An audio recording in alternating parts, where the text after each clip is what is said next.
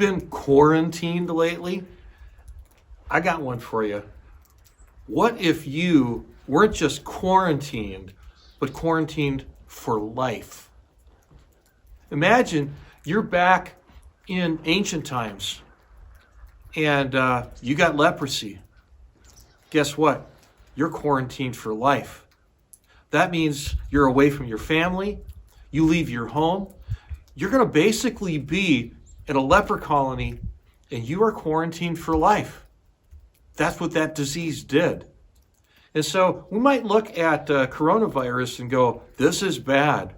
Well, I tell you, back in the ancient times, if you had leprosy, it was worse, far worse. We're going to get into the 17th chapter of the Gospel of Luke, and we're going to talk about 10 lepers that encountered Jesus. Luke chapter 17, verses 11 through 13. Now, on his way to Jerusalem, Jesus traveled along the border between Samaria and Galilee. As he was going into a village, 10 men who had leprosy met him. They stood at a distance and called out in a loud voice, "Jesus, Master, have pity on us." Let me tell you this, if you had leprosy, social distancing was a heck of a lot further than 6 feet. They were a distance away. Now, Jesus traveled and taught in a lot of different places, and people began to hear about the miracles, the signs and wonders that followed him. Not only was he an amazing teacher, but he performed miracles. People were getting healed. Well, news does travel quickly, and they didn't need cell phones or the internet. They heard of Jesus. So these 10 lepers obviously knew who Jesus was, and their disease meant they couldn't go home. They lived in a leper colony, and they asked Jesus to have pity on their sickness. Let's read. And when he saw them, he said, "Go show yourselves to the priests." And as they went, they were cleansed. Why did Jesus tell them to go show themselves to the priest? Okay, this was a part of the law of Moses. Out of Leviticus chapter 14, 1 through 2, there were some elaborate instructions on what to do when you went through all of the traditions. If you had, for instance, leprosy, or some skin malady, they'd send you outside the camp. They were scared of it. And so there were certain regulations and traditions involved in being restored to the community. Otherwise, you're outside the camp.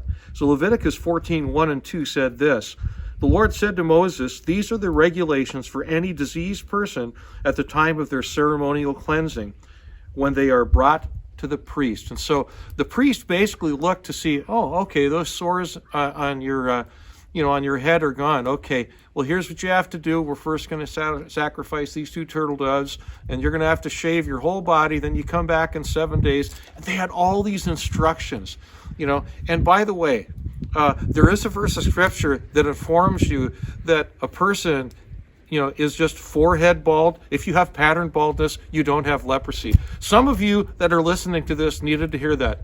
You can rest easy. You don't have leprosy. You're just bald.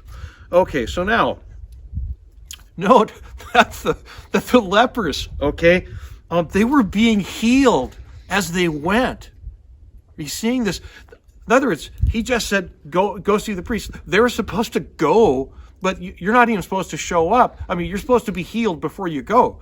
But as they are walking, they're being healed every step. They obeyed Jesus' instructions to go show themselves to the priest. And can you put yourself in their shoes just for a moment?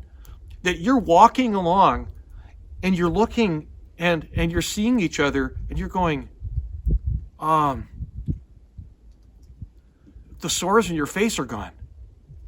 Or they would have fingers that fell off and they had fingers. Are you beginning to see with each step they were seeing healing? Do you suppose this was a bit exciting? Do you think maybe they picked up the pace a little bit? They were watching healing happen with every step. Quarantine was coming to an end. They could go home. Verse 15. One of them, when he saw that he was healed, came back, praising God in a loud voice. He threw himself at Jesus' feet and thanked him. He was a Samaritan. You need to catch this. Samaritans, they have Jewish roots, okay? But they didn't participate in the traditional temple worship and festivals. In today's terms, they would be kind of like outsiders to church. So for this Samaritan to go and show himself to the priest for ceremonial cleansing might have been just a bit of a stretch, because seeing the priest was probably not something he would do. It's kind of like somebody who wasn't a churchgoer, but did they believe in God? Yeah, but they just weren't into all this religious stuff. And so here you had a leper who was a Samaritan being asked to go do something religious, and he did it anyway, but he had to stop. His first response, being a religious outsider, was to worship. He probably was more focused on the relationship with God, and he had gratitude, and so he wanted to thank God for what had just happened. He wanted to thank the healer. You know, the religious traditions could wait for a moment. This Samaritan was more focused on God's kindness than fulfilling some religious ritual. Picking up on verse 17, Jesus asked, "Were not all 10 cleansed? Where are the other 9? Has no one returned to give praise to God except this foreigner?" Then he said to him, "Rise and go, your faith has made you well." Now the other lepers were healed as well, but they just kept walking to see the priest. Perhaps they didn't want to quit walking because they didn't want to jinx it. They're getting healed, so just keep walking. They were happy. There's no doubt about that. But they didn't think about gratitude. Do you know it's possible to celebrate God's goodness without actually thanking God for his goodness? Isn't that sad?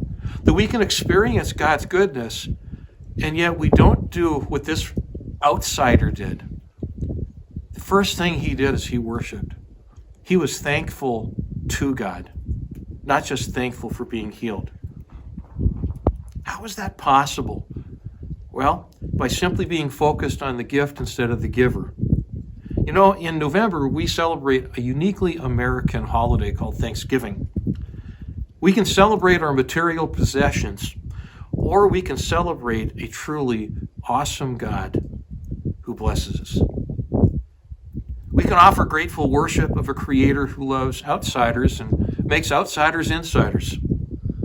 So, pause today and express gratitude. Thank family, thank your friends, and above all, thank God. He wants you to thrive.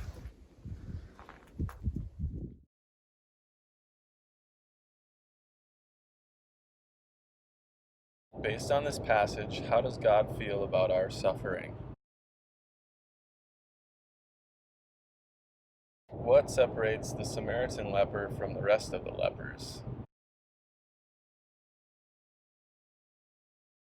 How does thankfulness impact our lives, our relationships?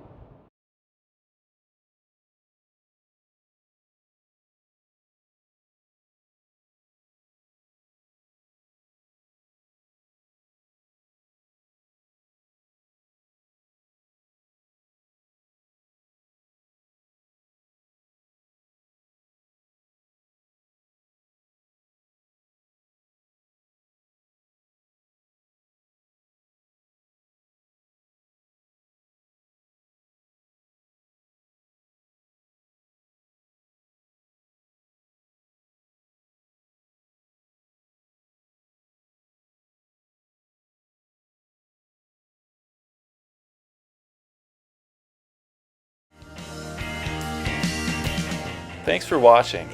If you'd like to enjoy more by the Vineyard Church, like us on Facebook at www.facebook.com/The Vineyard Church Iron Range. Subscribe to our YouTube channel the Vineyard Church Iron Range. Or visit our website, www.ironrangevineyard.org. Lastly, subscribe to our e-newsletter to stay connected. Do so by visiting our website and clicking subscribe to our e-newsletter on the homepage.